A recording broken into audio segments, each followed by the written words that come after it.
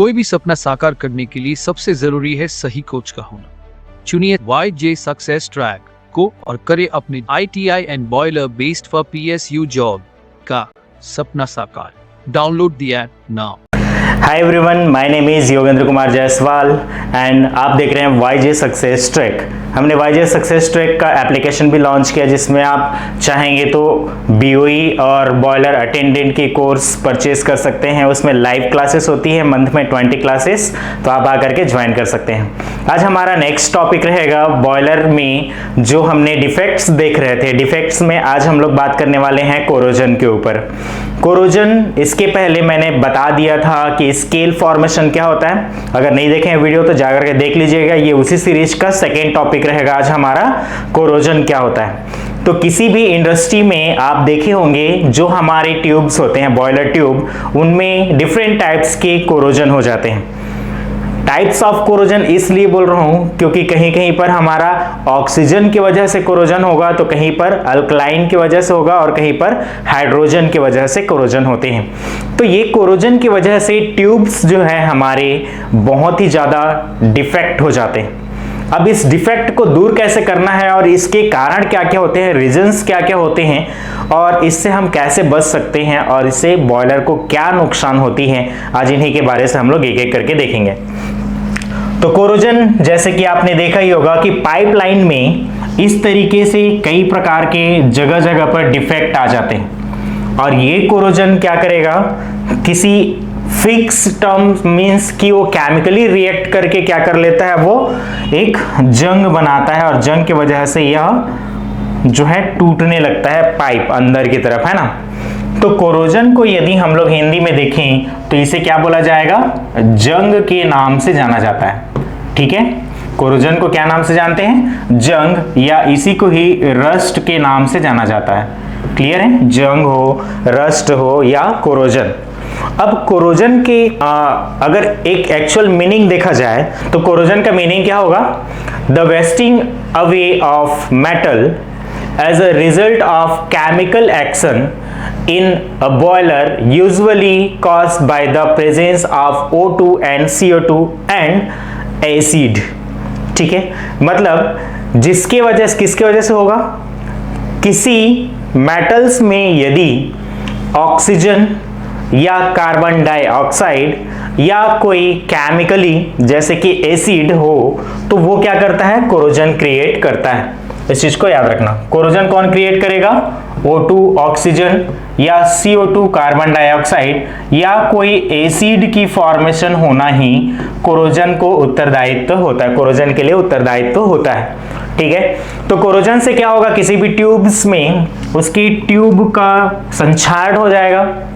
ठीक है, अब संक्षारण का मतलब किसी ट्यूब को आपने डिजाइन किया है 5 mm और यदि वो 5 mm का थिकनेस कम हो जाए तो क्या हो जाएगा, उसकी स्ट्रेंथ कम हो जाएगी। तो स्ट्रेंथ कम ना हो करके हम लोग क्या करते हैं, कोरोजन से रोकते हैं। लेकिन कोरोजन को पूरी तरीके से रोकना पॉसिबल तो नहीं है, बट उसे कुछ हद तक हम लोग कम कर सकते हैं कोरोजन को। ठीक है, कोरोजन को या तो हम लोग उसमें प्लास्टिक पेंट कर सकते हैं या रबर पेंट लगा सकते हैं, है ना। जितने भी पेंटिंग होते हैं वो सारे कोरोजन के रेजिस्टेंस के लिए होंगे, या नॉन कोरोसिव मेटल्स की हम लोग क्या करते हैं, इलेक्ट्रोप्लेटिंग करवा देंगे तो हमारा कोरोजन रुक जाएगा। कोरोजन रोकने के लिए आप देखे होंगे टीनिंग ऑपरेशन की जाती है, सेरोडाइजिंग की जाती है, क्रोमाइजिंग की जाती है और क्लैडिंग की जाती है। ये सारे क्या होते हैं, कोरोजन को रोकने के लिए किया जाता है। अब ये जो कोरोजन होते हैं ज्यादातर फेरस मेटल में ही पाए जाते हैं क्योंकि ये फेरस के साथ में केमिकली रिएक्ट करता है और फिक्स केमिकल बनाता है। ठीक है, फिक्स किसी चीज का केमिकली बनाएगा तो वो एसिड की फॉर्मेशन करेगा।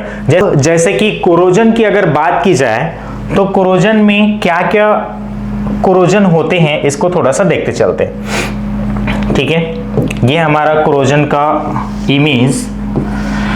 कोरोजन किसके किसके वजह से होते हैं इसको देखते चलते हैं। फर्स्ट देखते हैं, कोरोजन जो है 3 तत्व उत्तरदायित्व है। ठीक है, फर्स्ट कौन सा होगा, तो फर्स्ट हमारा ऑक्सीजन कोरोजन। ऑक्सीजन कोरोजन के नाम से जाना जाता है। जो ऑक्सीजन की वजह से होगा उसे हम लोग ऑक्सीजन कोरोजन कहेंगे, और जो अल्कैलिक होते हैं, अल्कैलिक या अल्काइल जो क्षारीय तत्व है ना, इसकी वजह से जो कोरोजन होगा उसे अल्कैलिक कोरोजन के नाम से जाना जाएगा। और एक तीसरा होता है हमारा हाइड्रोजन कोरोजन। हाइड्रोजन जिसको एक्चुअल में हम लोग हाइड्रोजन इम्ब्रिटलमेंट के नाम से जानते हैं, हाइड्रोजन इम्ब्रिटलमेंट के नाम से जाना जाता है।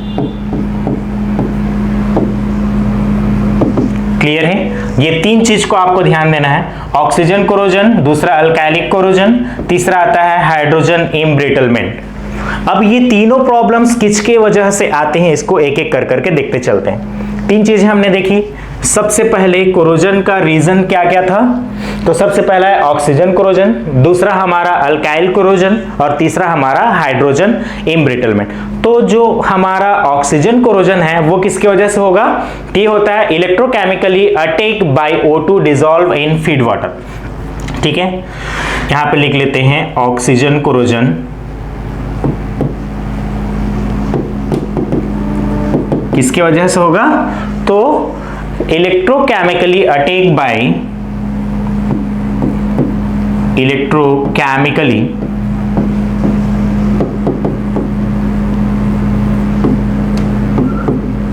अटैक बाय है ना, किसकी वजह से होगा, तो dissolve attack by O2 in dissolve oxygen, dissolve in feed water. मतलब क्या है इसका, कि फीड वाटर में यदि O2 डिसॉल्व होगा तो ये क्या करेगा, इलेक्ट्रोकेमिकली अटैक करेगा और ये आपका कोरोजन को क्रिएट करेगा। ठीक है, तो फीड वाटर में ऑक्सीजन को रिमूव करने के लिए हम लोग किसका उपयोग करते हैं, तो ये भी चीज याद रखना। O2 को कहां से रिमूव किया जाएगा, तो एक तो हम लोग एलपी डोजिंग से निकालते हैं। ठीक है, एलपी डोजिंग करके हम लोग ऑक्सीजन को कुछ परसेंट तक उसको डॉल्यूट करते हैं। दूसरा हमारा क्या आता है, डीएरेटर। डीएरेटर पर हम लोग O2 को रिमूव करते हैं, और O2 के साथ में CO2 भी रहेगा, तो मतलब डिसॉल्व गैसेस टोटल जो भी रहेंगे वो सारे हम लोग डीएरेटर पर निकाल देते हैं। ठीक है, अब सेकंड चलते हैं हमारा अल्काइलिक, अल्काइल कोरोजन। अब अल्काइल कोरोजन क्या है, तो ये किसकी वजह से होंगे, तो अल्काइल कोरोजन जो है generally high concentration of caustic soda, किसकी वजह से होगा, हाई कंसंट्रेशन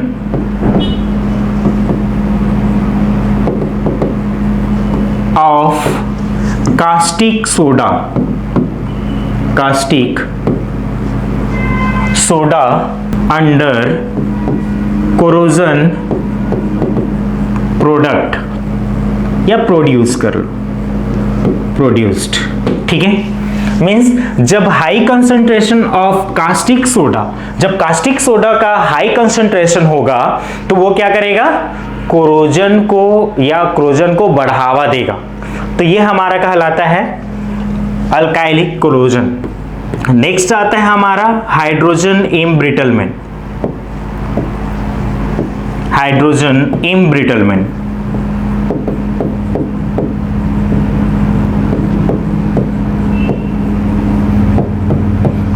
अब ये हाइड्रोजन इम्ब्रिटलमेंट क्या है, तो ये होता है हाइड्रोजन का इम्ब्रिटलमेंट मींस हमारा क्या कहलाएगा, कि penetration of active hydrogen produce by corrosion in tube material.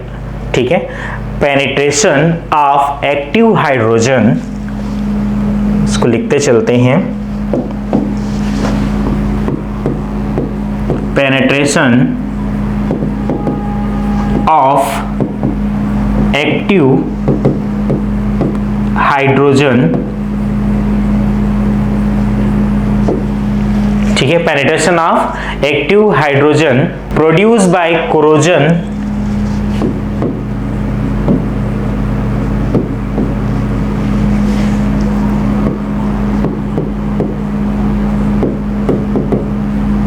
In tube material.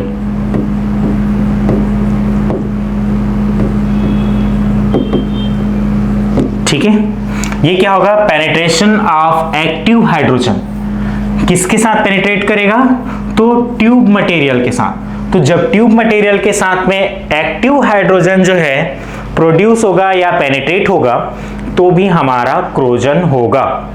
ठीक है, तो हमको क्या करना है, जो फीड वाटर लाइन है, फीड वाटर लाइन में अगर इन तीन चीजों को हम लोग निकाल दें, कौन कौन से तीन चीज को, तो हमारे पास जो कोरोजन के कारण है कौन कौन से, एक है ऑक्सीजन कोरोजन, दूसरा है अल्काइलिक कोरोजन और तीसरा आता है हाइड्रोजन एम्ब्रिटलमेंट। यदि इन तीनों को हम लोग वहां से रिमूव कर दें तो कोरोजन से हमारा बचा जा सकता है और ट्यूब के संक्षारण से बचा जा सकता है। एक चीज और याद रखना आप लोग, जब भी कोरोजन की बात आती है तो कोरोजन के लिए एक लिमिट भी दिया जाता है। तो कोरोजन के लिए जब डिजाइन किया जाएगा तो डिजाइनिंग में याद रखना, डिजाइन ऑफ एनी ट्यूब, कोई भी ट्यूब के लिए जब डिजाइन किया जाता है तो ट्यूब में एक्स्ट्रा 3 से लेकर के 5 mm का थिकनेस क्या किया जाता है, ऐड किया जाता है, थिकनेस। ये स्टैंडर्ड है। ठीक है, 3 से 5 mm की थिकनेस को क्या किया जाएगा, ज्यादा रखा जाता है। इसको बोला जाता है कोरोजन अलाउंस। क्या नाम से जाना जाएगा? इसको बोलते हैं कोरोजन अलाउंस। तो कोरोजन अलाउंस कितना दिया जाएगा? अलाउंस मतलब होता है छूट, और ये छूट कितना दिया जाएगा? 3 mm से लेकर के 5 mm तक दिया जाता है किसी भी पाइप के थिकनेस पर। क्लियर है? तो ये तो था हमारा कोरोजन। आज का टॉपिक हम यहीं पे खत्म करते हैं, और ये वीडियो आपको कैसा लगा जरूर आप कमेंट्स करके बताइएगा। जल्दी से जल्दी जा करके आप एप्लीकेशन पे आकर के लाइव क्लासेस ज्वाइन कीजिए, जिससे आपके गवर्नमेंट जॉब के साथ साथ बीओई का भी तैयारी हो, बॉयलर फर्स्ट क्लास और सेकेंड क्लास का भी तैयारी हो, और आपका कोई भी बॉयलर का टॉपिक छूटेगा नहीं। आप जल्दी से जल्दी लाइव क्लास ज्वाइन कीजिए। Thanks for watching this video. Thank you so much.